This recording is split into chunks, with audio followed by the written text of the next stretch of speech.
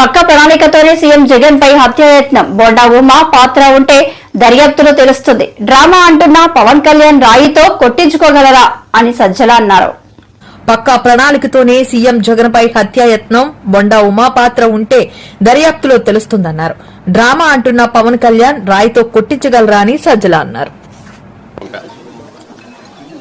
ఇది పూర్తిగా ఎవరూ అడిగింది కాదు.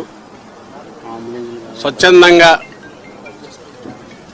జగన్మోహన్ రెడ్డి గారి అభిమానులు, వైఎస్ఆర్ కాంగ్రెస్ పార్టీ అభిమానులు యుఎస్లో ఉన్నవారు వాళ్ళంతటా వాళ్లే ఈ 5 ఏళ్లుగా జరిగిన సంక్షేమ అభివృద్ధి ఏదైతే ఉందో, జగన్మోహన్ రెడ్డి గారి పాలన ఏ రకంగా అయితే రాజన్న రాజ్యం అంటే రామరాజ్యం అని తీసుకొచ్చిందో, అది మరో 5 ఏళ్లు కావాలని ప్రజలందరూ ఆకాంక్షిస్తున్నారు. ఎక్కడికెక్కడ స్వచ్ఛందంగా ముందుకు వస్తున్నారు.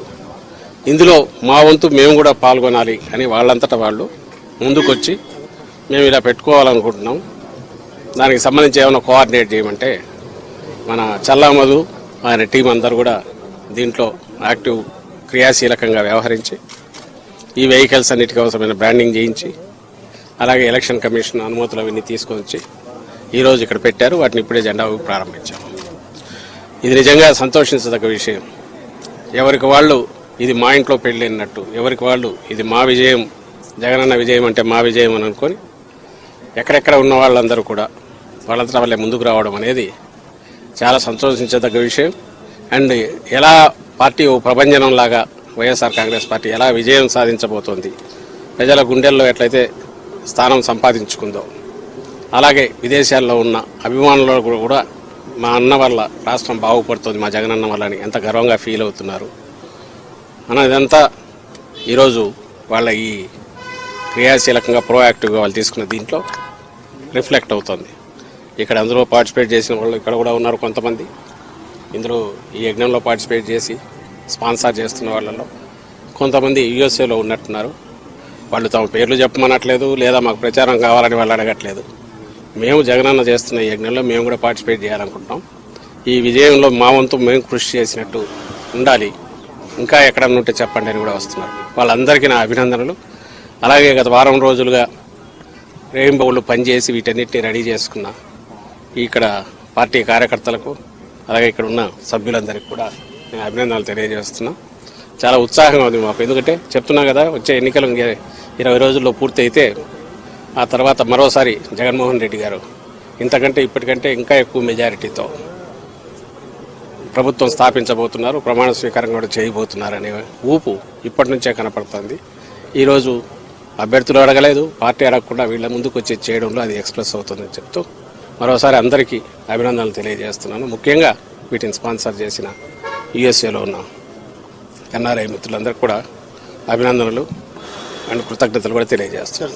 సీఎం గారు దాడి ఘటన మీద ఈరోజు దుర్గారావు టీడీపీ అరెస్ట్ చేశారు. మీరు మొదటి నుంచి ప్లాన్డ్ అటాక్ అని మీరు మొదటి నుంచి చెప్తున్నారు, ఈరోజు వాళ్ళని అరెస్ట్ చేశారు. ప్రీ ప్లాన్డ్ అటాకే. ఇప్పుడు ప్రీ ప్లాన్డ్ అటాక్ అనే దానికి రీజన్ కూడా చెప్పాము. ఎందుకు చెప్పామంటే జరిగిన పద్ధతి కానీ, ఆ ఫోర్స్ ఎంత ఫోర్స్ఫుల్గా వచ్చింది అనేది కానీ, అది ఇద్దరికి తగిలి కూడా అంతే ఫోర్స్ఫుల్గా తగలడం అంటే ఇట్ ఈజ్ నాట్ ఎవడో ఆకతాయి చేసిందో, ఊరక గాల్లోకి విసిరిందో, ఇచ్చేసిందో కాదనేది అక్కడ క్లియర్గా అర్థమవుతుంది. గురి పెట్టి కొట్టారు. అదృష్టవశాత్తు తప్పింది, మా అదృష్టవశాత్తు అది తప్పింది. అక్కడికి ఈయనకు తగిలి రెండవది వెల్లంపల్లి శ్రీనివాస్ కూడా తగిలింది. ఆయన కన్నుకు తగిలింది నేరుగా. ఆయనకే అంత ఫోర్స్ఫుల్గా తగిలింది అంటే జగన్మోహన్ రెడ్డి గారికి ఇంకా ఎంత గట్టిగా తగిలి ఉంటుంది. అది కొంచెం కింద అయితే ఏమయ్యేది, ఇది మేము ఎక్స్ప్రెస్ చేసింది. మేము ఎక్స్ప్రెస్ చేయడానికి ఒక సాలిడ్ రీజన్ ఉంది. అయితే దీని మీద వాళ్ళు టీడీపీ కానీ, అలాగే పవన్ కళ్యాణ్ గారికి బ్యాచ్ కానీ వీళ్ళు అంటున్న మాటలు ఇదంతా డ్రామా అని అంటున్నారు. మళ్ళీ చెప్పాము, మళ్ళీ చెప్తున్నాను, ఇదే డ్రామా వాళ్ళని ఆడమని చెప్పండి. నిజంగా దూరం నుంచి రాయి పెట్టి కొట్టించుకోమండి ఎట్లుంటుందో. ఎవడైనా సరే అక్కడ నుంచి రాయి పెట్టి కొట్టించుకోవడము, ఇంకోటి చేయడం అనేది సాధ్యమా? సెకండ్ థింగ్, ఆ కాన్స్టిట్యున్సీకి సంబంధించిన బోండా ఉమా ఎవరో టార్గెట్గా మూవ్ అవుతున్నారు, ఆయన ఇరికించాలని చూస్తున్నారు అంటారు. ఇరికించాలని చూడడం ఇది. రేపు ఎవడైనా సరే హత్య చేసిన వాడైనా నన్ను దీంట్లో ఇరికించాలనుకుంటున్నారంటే ఎట్లా కుదురుతుంది?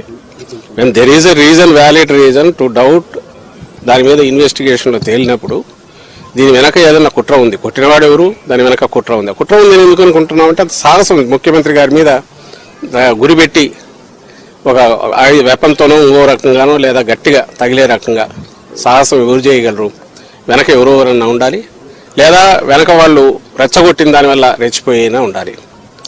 ఇందులో ఎంతవరకు ఆ వెనక ఉన్న వాళ్ళ పాత్ర ఉంది అనేది కూడా ఇన్వెస్టిగేషన్తో దాని ప్రకారం మూవ్ అవుతారు. ఇందులో ఒక నిరికించేది ఏమి ఉండదు.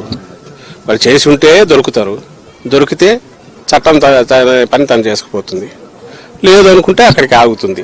కానీ ఒకటి ఖాయంగా కనపడేది ఏంటంటే ఇది ఒక పథకం ప్రకారం జరిగింది అనేది మేము ఏదన్నామో అది రుజువు అవుతుంది. అలా అనడానికి కూడా వ్యాలిడ్ రీజన్ మననే చెప్పాం.